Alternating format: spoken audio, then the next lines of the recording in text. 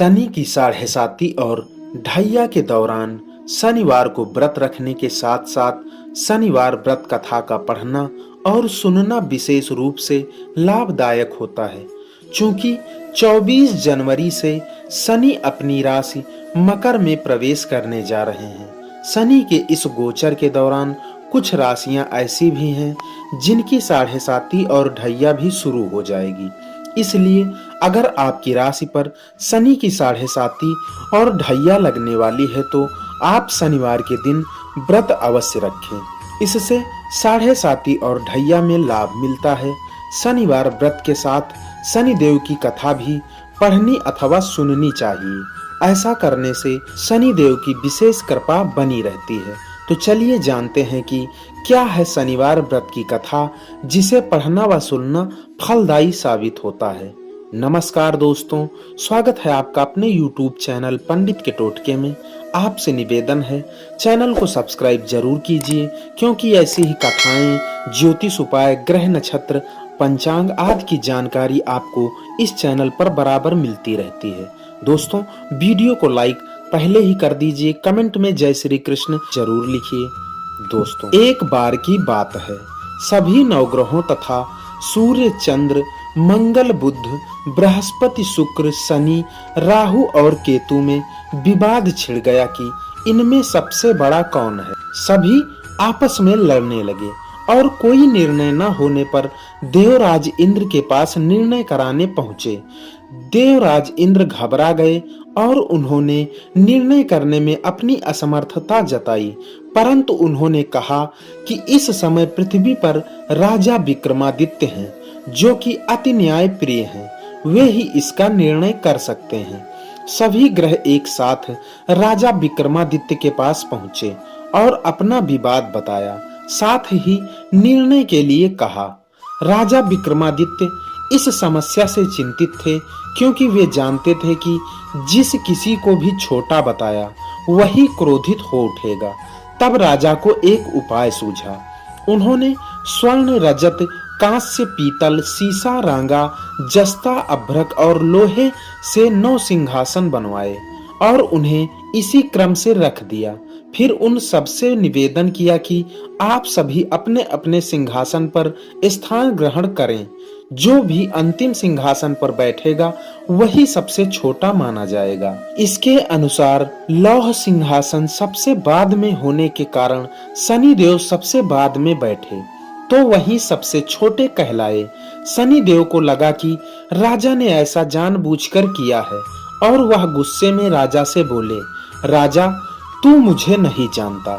सूर्य एक राशि में 1 महीना, चंद्रमा 2.25 महीना 2 दिन, मंगल 1.5 महीना, बृहस्पति 13 महीने व बुध और शुक्र 1-1 महीने विचरण करते हैं। लेकिन मैं 2.5 से 7.5 साल तक रहता हूँ। बड़े बड़ों का मैंने विनाश किया है। श्री राम की साढ़े साती आई तो उन्हें वनवास हो गया। रावण की आई तो उसकी लंका को वानरों की सेना से हारना पड़ा। अब तुम सावधान रहना। ऐसा कहकर कुपित होते हुए शनि देव वहां से चले गए। अन्य देवता खुशी खुशी चले गए। कुछ समय बाद राजा की साढ़े साती आई। तब शनि देव घोड़ों के सौदागर बनकर वहां आए। उनके साथ कई बढ़िया घोड़े थे। राजा ने यह समाचार सुन अपने अश्वपाल को अच्छे घोड़े खरीदने की आज्ञा दी। उसने कई अच्छे घोड़े खरीदे। वह एक सर्वोत्तम घोड़े को राजा को सवारी हेतु दिया। राजा ज्यों ही उस पर बैठा, वह घोड़ा सरपट वन की ओर भागा। भीषण वन में पहुंच वह अंतर ध्यान हो गया। अब राजा भूखा प्यासा भटकता रहा। तब एक ग्वाले ने उसे पानी पिलाया। राजा ने प्रसन्न होकर उसे अपनी अंगूठी दी। वह अंगूठी देकर राजा नगर को चल दिया और वहां अपना नाम उज्जैन निवासी बीका बताया। वहां एक सेठ की दुकान में उसने जल इत्यादि पिया और कुछ देर आराम किया। भाग्यवश उस दिन सेठ की खूब बिक्री हुई। सेठ उसे खाना इत्यादि कराने खुश होकर अपने साथ घर ले गया। वहां उसने एक खूंटी पर देखा कि एक हार टंगा है, जिसे खूंटी निगल रही है। थोड़ी देर में पूरा हार गायब था। तब सेठ ने आने पर देखा कि हार गायब है। सेठ ने समझा कि बीका ने ही उसे चुराया है। उसने बीका को कोतवाल के पास पकड़वा दिया। फिर उस नगर के राजा ने भी बीका को चोर समझकर उसके हाथ पैर कटवा दिए और नगर के बाहर फेंकवा दिया। वहां से एक तेली निकल रहा था जिसे दया आई और उसने बीका को अपनी गाड़ी में बैठाया। वह अपनी जीभ से बैलों को हाँकने लगा। उस समय राजा की शनि दशा समाप्त हो गई। वर्षा ऋतु आने पर राजा मल्हार गाने लगा।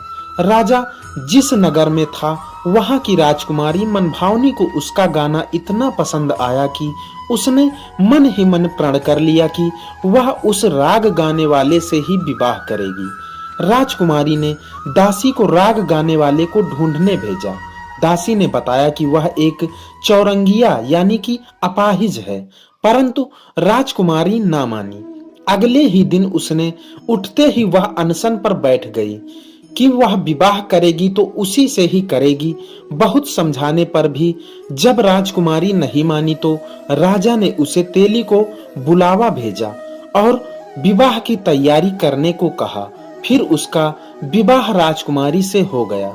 तब एक दिन सोते हुए स्वप्न में शनि देव ने राजा से कहा, राजन, देखा तुमने मुझे छोटा बताकर कितना दुख झेला है। तब राजा ने उनसे क्षमा मांगी और प्रार्थना करते हुए कहा कि हे शनि देव, जैसा दुख मुझे दिया है किसी और को ना देना। शनि देव मान गए और कहा कि जो भी मेरी कथा और व्रत कहेगा उसे मेरी दशा में कोई दुख नहीं होगा। जो भी व्यक्ति रोज मेरा ध्यान करेगा और चींटियों को आटा डालेगा उसकी सभी मनोकामनाएं पूर्ण होंगी। और शनि देव ने राजा को हाथ और पैर वापिस कर दिए। प्रातः आंख खुलने पर राजकुमारी ने देखा तो वह आश्चर्यचकित हुई। बीका ने उसे बताया कि वह उज्जैन का राजा विक्रमादित्य है। सभी अत्यंत प्रसन्न हुए।